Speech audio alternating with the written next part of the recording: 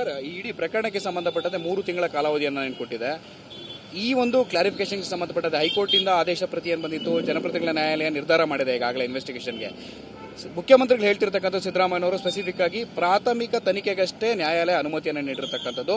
ಇದಕ್ಕೆ ಸಂಬಂಧಪಟ್ಟಂತೆ charge sheet ಅನ್ನು ಸಲ್ಲಿಸಬೇಕಾದ್ರೆ ಸಕ್ಷಮ ಪ್ರಾಧಿಕಾರಕ್ಕೆ ಸಲ್ಲಿಸಬೇಕಾಗುತ್ತೆ ಅಂತ. ಹೇಗೆ ಸರ್ ಇದು ಚಾರ್ಜ್ ಶೀಟ್ ಅನ್ನ? ಇದ್ರ ಬಗ್ಗೆ ಗೊಂದಲಗಳಿದೆ ಇರತಕ್ಕಂಥದ್ದು. ನ್ಯಾಯಾಲಯಕ್ಕೆ ಸಲ್ಲಿಸಬೇಕಾ ಅಥವಾ ರಾಜ್ಯಪಾಲರಿಗೆ ವರದಿ ಕೊಡಕ್ಕೆ ಬರುತ್ತೆ? ಯಾವ ರೀತಿ ಇರುತ್ತೆ ಇದು? ಇಲ್ಲ, ವೆರಿ ಕ್ಲಿಯರ್ ಇದೆ.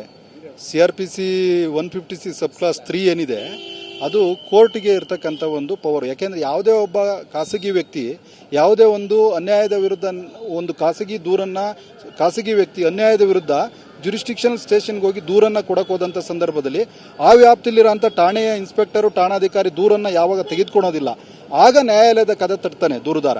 ಆ ಒಂದು ಪ್ರಕಾರ ನಮ್ಮ ಸ್ನೇಹಮಯಿ ಕೃಷ್ಣ ಅವರು ಅಲ್ಲಿ ಒಂದು ವ್ಯಾಪ್ತಿಯಲ್ಲಿ ಬರ್ತಕ್ಕಂಥ ಮೈಸೂರಿನ ಒಂದು ಪೊಲೀಸ್ ಠಾಣೆಗೆ ಹೋಗಿ ದೂರನ್ನು ಕೊಟ್ಟಾಗ, ಲೋಕಾಯುಕ್ತ ಕೊಟ್ಟಾಗ ಅವರು ದೂರನ್ನು ಸ್ವೀಕಾರ ಮಾಡೋದಿಲ್ಲ. ಸೆಕ್ಷನ್ 200 ಮತ್ತು BNSS ಅಡಿನಲ್ಲಿ ನಾವು 218 ಅಡಿನಲ್ಲಿ 223 ಅಡಿನಲ್ಲಿ ಜನಪ್ರತಿನಿಧಿ ನ್ಯಾಯಾಲಯದ ಮುಂದೆ ಖಾಸಗಿ ದೂರನ್ನು ಸಲ್ಲಿಸಿದ್ದು.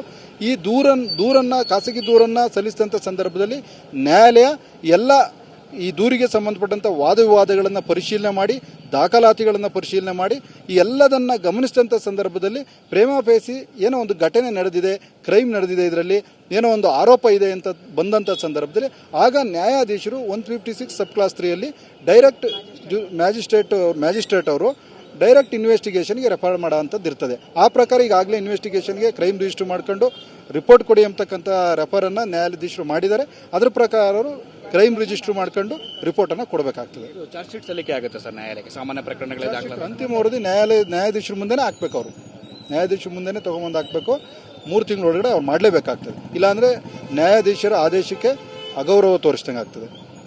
ಸದರಿ ಪ್ರಕರಣಕ್ಕೆ ಸಂಬಂಧಪಟ್ಟಂತೆ ಲೋಕಾಯುಕ್ತ SP ಇನ್ವೆಸ್ಟಿಗೇಷನ್ ಅನ್ನು ಮಾಡ್ತಾರೆ. ಇದರ ಹೊರತಾಗಿ ಬೇರೆ ತನಿಖಾ ಸಂಸ್ಥೆಗಳು ಇನ್ವೆಸ್ಟಿಗೇಷನ್ ಅನ್ನು ಮಾಡಬೇಕು ಅಂತ ಏನಾದರೂ ಅಲಿಗೇಷನ್ ಮಾಡುವಂಥದ್ದು, ಆ ನಿಟ್ಟಿನಲ್ಲಿ ಏನಾದರೂ ಪ್ರಯತ್ನಗಳನ್ನು ಮುಂದುವರಿಸಿದ್ದೀರಾ ನೀವು ಅಂತ? ಇಲ್ಲ, ನಾವು ನ್ಯಾಯಾಲಯದ ಆದೇಶವನ್ನು ಗೌರವಿಸ್ತೀವಿ, ಯಾವುದೇ ಅಲಿಗೇಷನ್ ಅನ್ನು ಮಾಡೋದಿಲ್ಲ.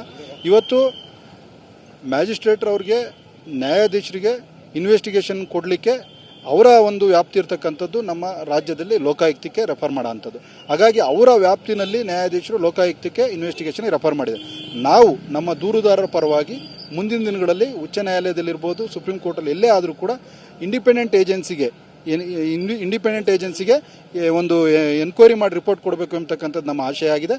ಹಾಗಾಗಿ ಯಾವುದೇ ಒಂದು ಗುಣಮಟ್ಟ ಇರತಕ್ಕಂಥ ಸ್ವಾಯತ್ತ ಸಂಸ್ಥೆಗೆ ಇನ್ವೆಸ್ಟಿಗೇಷನ್ ಮಾಡಬೇಕು ಅಂತೇಳಿ ನಾವು ರಿಟ್ ಪಿಟಿಷನಲ್ಲಿ ಕೇಳರಿದ್ದೀವಿ ಮುಂದಿನ ದಿನಗಳಲ್ಲಿ.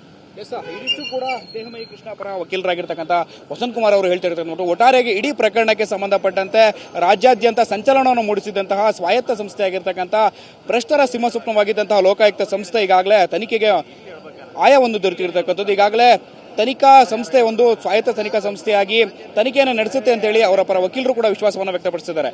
ಕ್ಯಾಮರಾಮನ್ ಜಗನ್ ಜೊತೆ ಶಿವಪ್ರಸಾದ್, TV9 ಬೆಂಗಳೂರು.